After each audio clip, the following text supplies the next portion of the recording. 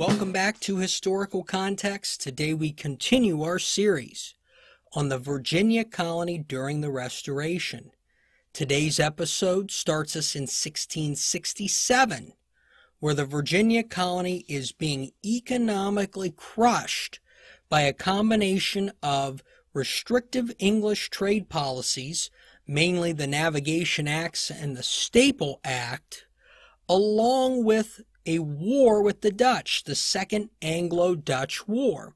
So the Virginia colony is restricted in only being able to trade with the English, and the Dutch are attacking trade ships, so now it is extremely hard to move products to and from Virginia. And that economic reeling that we talked about last week is just taking a horrible effect on the colony. The year prior, they talked about debt forgiveness and debt forbearance, which was just transformational for that period of time. Up until this year, the colony had raised a militia to help defend itself, and in June of 1667, the Dutch would officially attack the Virginia colony.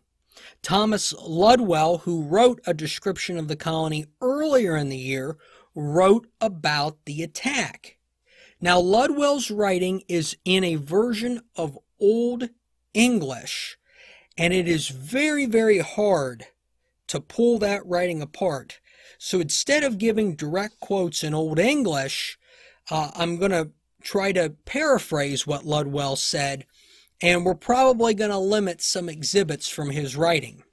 Ludwell's account states that on June 1st, Dutch men of war consisting of ships with 33, 34, 24, and 18 guns seized a London-based ship of 20 guns. Thomas Ludwell was pretty attentive. I mean, he knew how many guns were on each ship. The master of the ship, a man named Conroy, managed to kill 7 and wound 12 in the fighting, but surrendered when he was wounded and overwhelmed. 4 days later, the Dutch sailed up to merchant ships pretending to be English and singing English songs. When the Dutch got close enough, they fired on ships and ultimately ended up taking most of them. The Dutch then sailed into the James River, where they encountered more English ships and set fire to 5, destroying them. They still possessed over a dozen tobacco ships after these incursions. The Dutch had attacked right where Fort Point Comfort lay in disrepair and was completely abandoned. Governor Berkeley called for Thomas Ludwell and asked him to take command of a fleet on the York River and stage an assault against the Dutch. Ludwell went and met the men, who were not very motivated to fight. He determined that Governor Berkeley would need to personally convince these men to act. They fitted 9 tobacco ships with guns to sail and retaliate, but for 3 days, various mishaps would occur, which Ludwell wouldn't mention, and it would stall a counterattack. During those 3 days, the Dutch left Virginia for the Netherlands, taking the surviving merchant ships with them. This was at a time where the convoy had to have been getting ready to leave. They had been building up for a while. This was the month they were going to go. So this really had to hurt the colony. And if this isn't bad enough, there's more problems. Word comes in that Lord Baltimore has vetoed Maryland's participation in the halting of tobacco growth, prompting Governor Berkeley to file a complaint with the king later that year. Fortunately for the Virginia colonists, the Second Anglo-Dutch War would end in July with the signing of the Treaty of Breda. And we will talk about the effects of that treaty on the English colonies. There is a big change thanks to the Treaty of Breda. In September, a hurricane hits the colony. Man, it's just been round after round of bad luck, and they finally catch a break with this war, and now a hurricane hits the colony. It causes significant damage to housing and to the tobacco crop. Thomas Ludwell alleges that 10,000 houses were destroyed, although William Berkeley later writes that the number was closer to 15,000. And tides rose up to 12 feet, drowning livestock. The House of Burgesses, meeting later that month, only acknowledged this event as, quote, late calamities, which was the hurricane and the Dutch attack, but they did not refer to the storm in any way, shape, or form in their legislation. And the reason for this is because at the time, Virginia did not realize this war was over. The Burgesses formed a committee whose purpose was to build a fort in as speedily a manner as possible. And this is likely to replace the aging Fort Point Comfort, which ended up being swept away by the hurricane. The committee comes to a quick finding. Let's have a look at the writing. By reason of the vast charge that will inevitably accrue in erecting and maintaining of a fort at Point Comfort, and the uselessness of that place there being 15 foot of water at least a mile from the castle, and not 50 men able to bear arms within 4 miles of that place, and the want of good water there, it is the report and opinion of this committee that Point Comfort is not a convenient place for that occasion. The committee recommends 5 forts, one of which would be built on the Potomac and another in Jamestown. The committee recommends sections of the colony each fund their respective fort. The Assembly did criminalize the stealing of goods from a wrecked frigate related to the Dutch invasion. By November, things still had not improved, as indicated in a letter by Thomas Ludwell. Let's have a look. We have been so long here without any intelligence directly from England that we are not only troubled that we know not the reason of it, but afraid when we do know it, that we shall find it to proceed either from some distress of the nation, or from some misfortune happened or to happen to this poor country, which is now reduced to a very miserable condition by a continual course of misfortunes. So it's likely in November that Virginia doesn't even know the war is over. It's been several months. Nobody is coming out there. I think there's a shortage of ships and labor related to some of the navigation acts, the laws, the effects of the war. And so trade is getting hard to get started back up.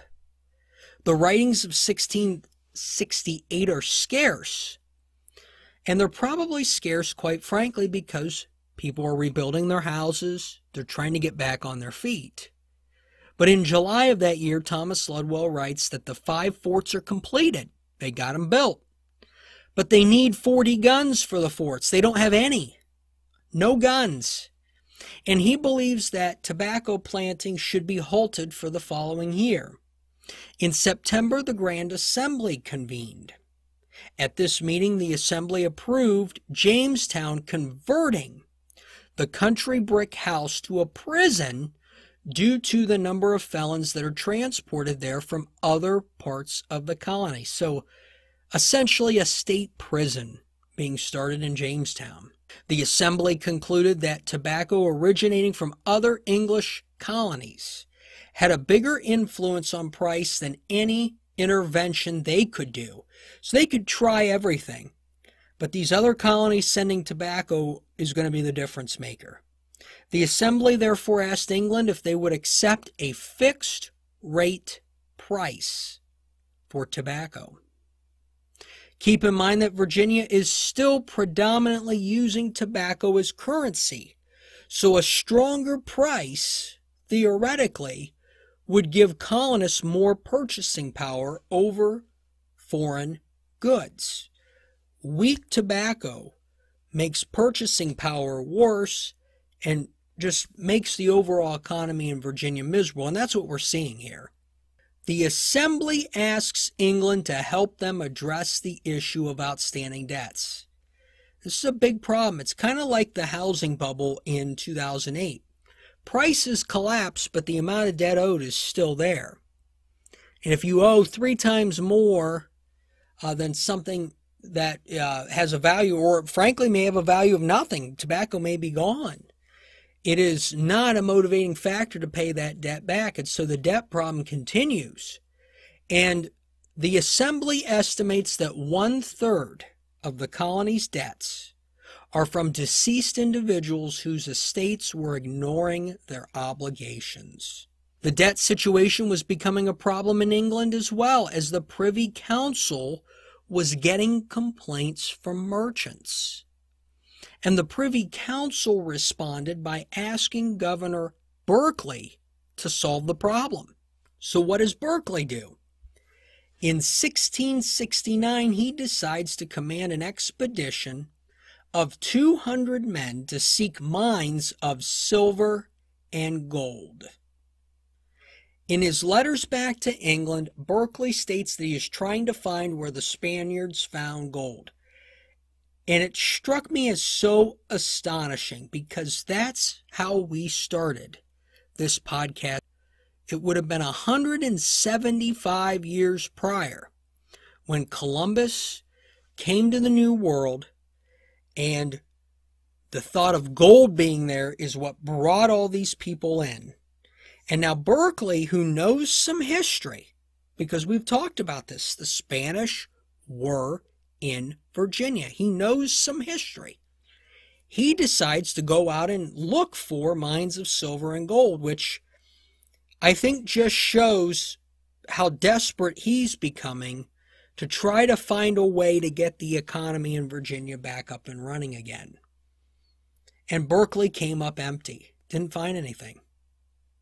Thomas Ludwell writes in June that while the colony is at peace, they are anticipating a war with France, and the forts have yet to receive a single piece of artillery. So there's more war on the horizon. That's what they're thinking. And they've got forts with no artillery. But the colony has exported silk to England in the hopes that it will substitute tobacco. Berkeley writes in 1669 that he is planning a trip to Europe to learn how various communities, countries, ports handle silk in order to bring that knowledge back to Virginia. Berkeley is 64 years old by now, so he's no spring chicken. He's quite advanced in age for the era, and to be traveling and going all in on silk appears to be desperate and dangerous. Berkeley also appealed to the king to send colonists who specialize in silk and potashes to help teach the colony how to grow these industries. I think that's a sound request. Send experts to us. Don't go out and look for. I mean, Berkeley is supposed to be leading the colony, and at this point we're beginning to see signs that his judgment may not be the best. Now, the Crown does respond to Berkeley's request for an expert. They respond by sending former Governor Edward Digges back. And they send him back in August of 1669.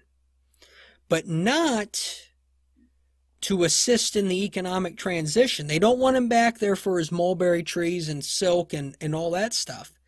Instead, England wants Digges to investigate the complaints coming in. And it shouldn't be a surprise that complaints are coming into England. The economy is terrible in Virginia. It's terrible. So they send Digges over to investigate. While tension between the Crown and the colony doesn't seem present, tensions are becoming present between merchants and planters and debtors and collectors. The economy of Virginia does not seem to be improving. And we'll see if the 1670s brings any progress. We'll find out next time on Historical Context.